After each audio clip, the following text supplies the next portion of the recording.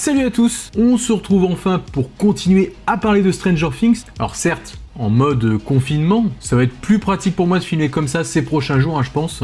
Mais en tout cas, rien ne pourra nous arrêter. Bon, par contre, j'aurais préféré fêter mon 50e point actu, peut-être dans d'autres circonstances.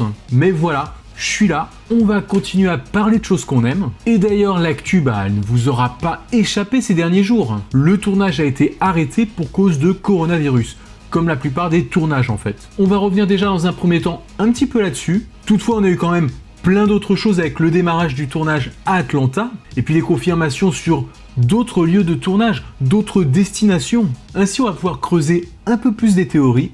Donc, on voit tout ça.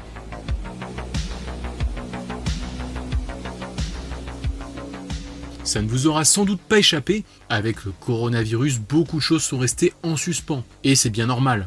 Ainsi, la production de la saison 4 de Stranger Things s'est trouvée momentanément stoppée. D'ailleurs, Netflix ferme toutes ses productions cinématographiques et télévisuelles aux États-Unis et au Canada pendant au moins 15 jours. Netflix fait partie d'un nombre croissant d'entreprises qui ont interrompu leur production en raison de la pandémie, par rapport aux restrictions gouvernementales, puis surtout pour des mesures de sécurité et de santé.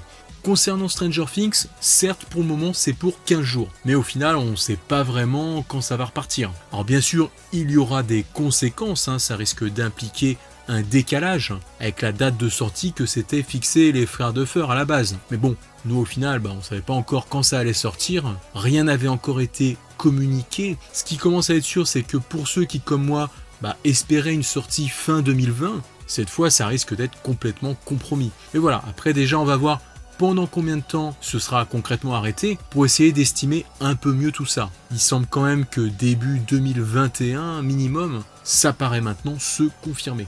Quoi qu'il en soit, au final c'est pas grave. Ce qui compte après tout c'est qu'ils prennent toutes les mesures et précautions nécessaires maintenant. De toute façon on s'en fait pas. On l'aura notre saison 4. Et puis d'après les dernières idées lancées par la production, elles risquent d'être grandioses et de bien plus grande envergure que tout ce qui a été fait jusque-là. Donc qu'ils prennent le temps qu'il leur faudra. Nous après tout on a déjà été habitués à attendre avec la saison 3. C'est dur, mais c'est pas la mort. Surtout avec à la clé un résultat qui en vaut la chandelle. Donc pas de souci de ce côté-là, ça arrivera quand ça devra arriver. Puis de toute façon nous on sera tous prêts pour se régaler devant nos écrans. Allez les frères Duffer, faites-nous une saison 4 de fou.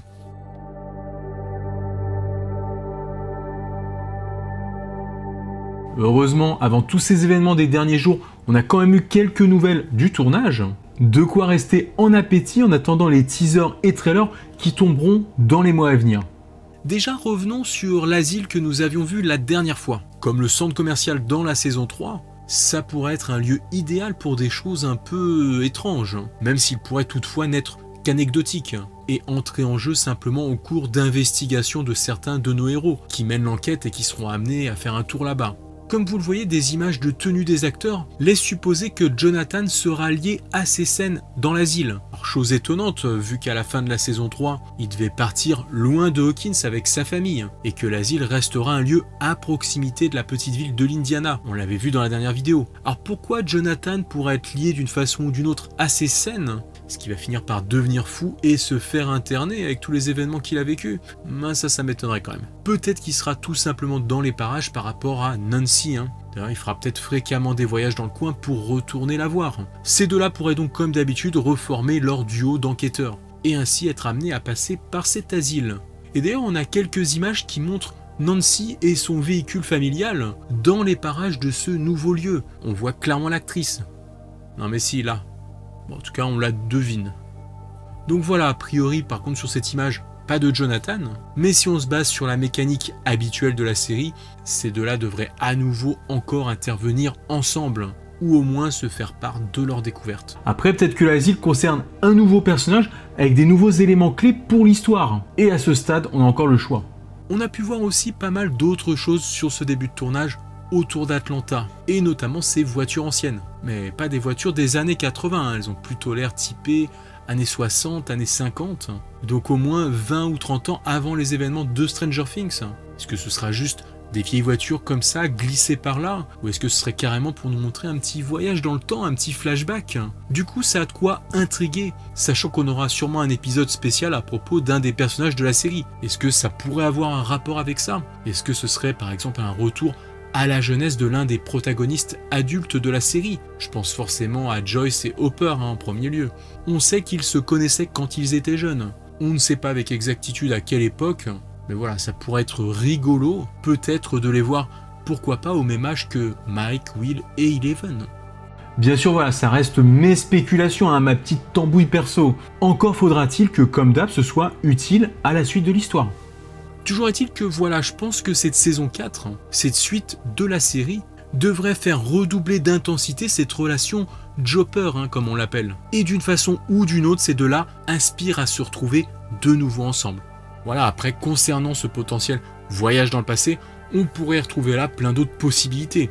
Puis vous savez quoi? Tiens, je vous laisse partager vos petites idées perso en commentaire. Maintenant, concernant le tournage, lorsqu'il reprendra, dans quelle direction nous dirigeons-nous? Vers quel lieu de tournage?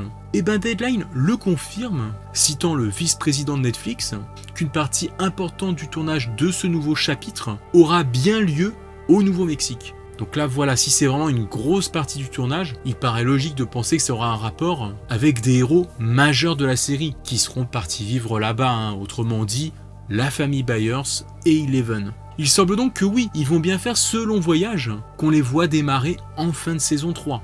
Et du coup, en effet, cette saison semble de plus grande envergure que la précédente. Déjà d'un point de vue du tournage, qui ne se limitera pas juste à Atlanta et ses environs. On a déjà eu la Lituanie ces dernières semaines, et bientôt le Nouveau-Mexique. Mais cela montre aussi qu'au niveau de la narration même, ce sera beaucoup plus riche. On sera sur plusieurs fronts très éloignés, avec sans doute des intrigues très éclatées, même si elles finiront par se reconnecter au final. Du coup, tout ça pour moi, et puis ça reste vraiment mon ressenti, ça semble un peu plus confirmer que l'histoire de la saison 4 ne sera pas résolue en 8 ou 9 épisodes.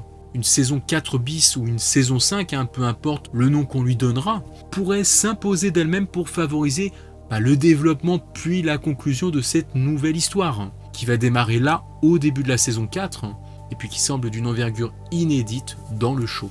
Bon, après bien sûr on gardera le Mind Flayer en terrible adversaire pour notre équipe de jeunes héros, mais peut-être qu'avant d'arriver à une ultime confrontation contre lui, ils auront du pain sur la planche. Voilà, en tout cas j'espère que ces sujets de méditation vont taquiner un petit peu comme ça votre curiosité. En tout cas cette saison 4 risque d'être plus complexe que jamais. En tout cas, voilà qui termine ce point actu d'aujourd'hui. Dans les jours et les semaines à venir, je vais continuer à vous proposer des choses. C'est pas le temps qui manque, j'ai envie de dire. On reviendra régulièrement sur Stranger Things, il y a énormément de choses à dire encore. Et puis à côté de ça, je vais continuer à vous proposer mes nouveaux types de vidéos, comme les mini-critiques.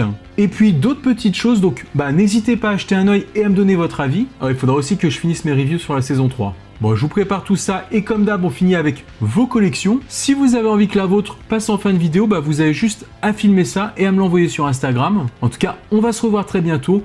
Profitez de votre temps de libre pour peut-être découvrir des nouvelles séries ou des nouveaux films, ou des vieux films. D'ailleurs, si vous voulez partager vos découvertes, n'hésitez pas à le faire en commentaire pour moi et pour les autres.